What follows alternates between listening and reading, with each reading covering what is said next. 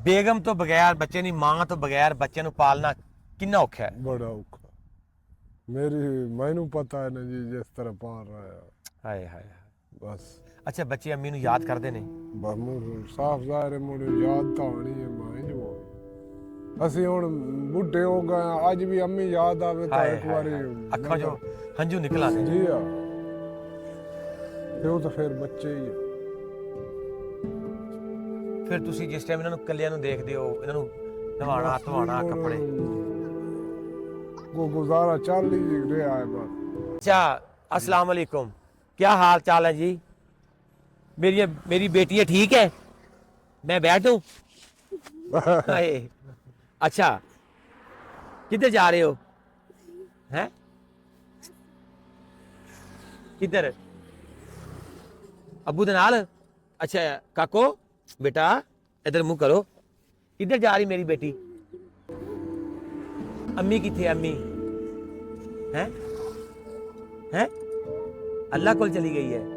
अम्मी याद आंदी है हैं काको? अम्मी याद आंदी है? हाय हाय।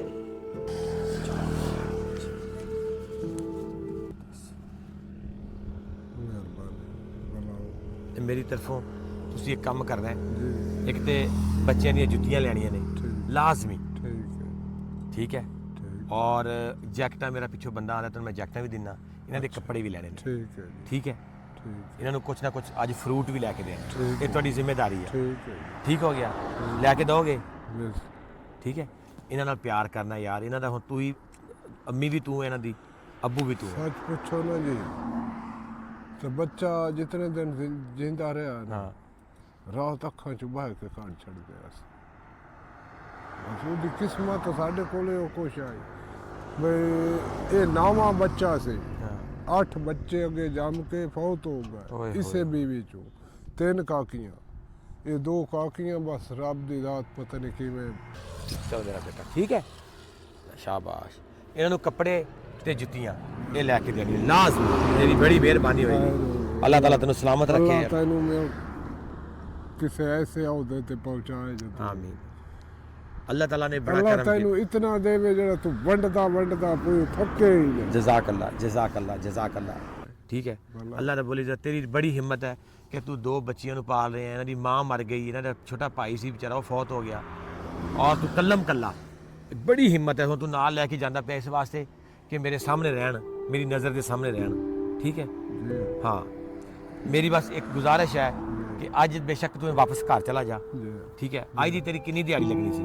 जो मुकद्दर है रोई इधर गल सुन, रोना नहीं, तू रोएगा ना तो बच्चे परेशान होंगे, तेन पता ना माँ बाप नूं रोंदियां देख के बच्चे परेशान होंदे ने। आज की वैसे आप रूटीन की दिहाड़ी कितनी 500-700 दी लग जांदी है? तुसीं इस तरह करो ना, चलो ये तुहाडी अज दी दिहाड़ी भी होगी। हुण तुसीं वापस जाओ, हुण तुसीं उधर नहीं जाना, अज सिर्फ बच्चों जाके नवाना है, इन्होंने नाल लैके जाना है अपना उत्थे शहर, ठीक है?